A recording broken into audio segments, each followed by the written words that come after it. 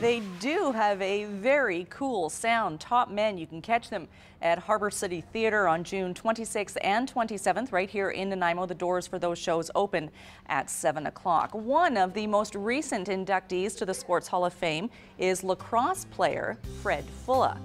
Fred Andrew Fulla, popularly known as Fabulous Fred, is one of the most recognized netminders in Nanaimo lacrosse. In the 1952 season, Fabulous Fred faced a shocking 1,492 shots on net, thereby setting a still unbeaten lacrosse record. Fred's 11-year lacrosse career boasts 332 games played with a saved percentage of 70.7%. In 1982, Fred was inducted into the Canadian Lacrosse Hall of Fame. Those are only a few highlights of Fred's career. You're welcome to pop into the Nanaimo Museum and learn more about Fred Fulla for yourself. Now, there's perhaps no more Canadian thing to do than play lacrosse. Canada Day this year falls on a Wednesday. Oh, Canada! 9, 10. So you feeling pumped about these Canadian lessons? Did you know that the best sports were Canadian creations?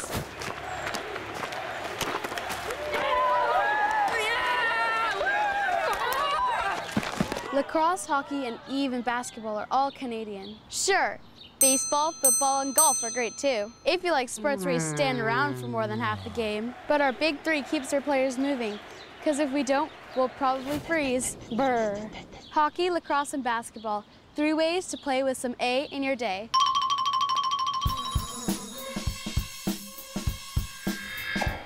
Nanaimoites may have been noticing that the grass is a little browner this time of year than it normally is, and that's due to the level 3 drought that the province has declared for Vancouver Island. So City of Nanaimo is responding in support of the province's call for voluntary watering restrictions, and we're jacking up our conservation level to level 2. City's bylaw calls for restricted use on outdoor watering during this conservation level 2 period. What that means is even addresses, both businesses and residents, can water, sprinkle on Wednesdays and Saturdays. Odd addresses, businesses and residents, can sprinkle on Thursdays and Sundays, and never between the hours of 10 in the morning and 4 at night. At any time, micro drip irrigation is fine, as is hand watering with a nozzle that will automatically close if you let go of it at the end of a hose. It's important to know that the city's water reservoir, its reserves, are in very good shape. We're at over 95% full at our Jump Lake Reservoir, and that's a positive thing. If you have any questions, please check the city's website at nanaimo.ca or call the Public Works Yard at 758-5222. Go interactive with Annette. If you're looking for a way to get in touch with your inner artistic self, the Nanaimo Art Gallery Art Lab has a way to help you, whether you're a child or an adult. And the person to tell us all about what's happening here this summer is Yvonne Vanderkoy, who is the art coordinator at Art Lab. Thanks for having us here. Thank you. Glad to be here too. So we have some really exciting programming coming up this summer for children and adults, as you mentioned. For the wee ones, we've got some summer camps coming up in July and August. And we also have Saturday Studio. This is the first year that we're going to run Saturday Studio every Saturday for children aged 5 to 11. Now, the art camps are running in July and August in addition to the Saturday. What are some of the things that you can pick up here and learn about at Art Lab? Well, we really want children to explore, learn, experiment, learn new techniques. So there's going to be a lot of playing around with different mediums. So I have a bunch of stuff here in front of us that we can play with, and I thought maybe you could give it a shot. So what I'm going to do is, what's important to remember with paint and with any kind of medium is to get to know it, to get to understand what it can do for you. And I think before you do that, it's really important to play and have fun with it. So no brushes allowed? Well, you could, but let's try a more sort of non-traditional approach to sort of moving the paint around and seeing what happens. In this process, we talk to the kids about what paint does, how it moves, transparency, opacity, and just the fun and bright colors that emerge, the surprises. Sometimes it's fun to add a bit of contrast to that, so I'm just going to pop in a little bit of blue.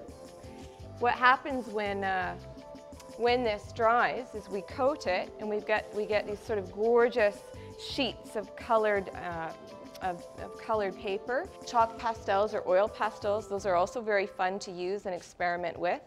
This has been fun, but that's just part of what's going on here. You've also got a really exciting program I want you to talk about. It's a great opportunity for young artists, teenage artists, age 15 to 19. It's a new program at Art Lab, and it's funded by the British Columbia Arts Council. We're so fortunate to be able to offer this program. There's 10 spots, so young people, if they're interested, need to contact me, come to an information session, and apply with a portfolio by June 30th. This is a great opportunity. It's a full arts immersion program for 4 weeks, Monday to Friday. So it's every day for 4 weeks in the summer.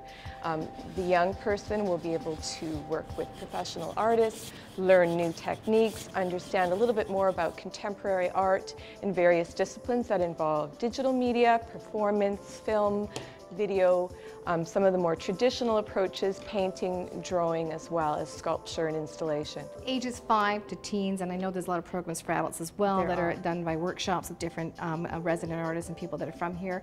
And if you want more information about those, you can contact Yvonne at the Art Lab, and the number here is 754-1750, and you have to register as well and get in on the fun. And I'm gonna cheat, and I'm gonna use a brush. Go for it. It's your choice.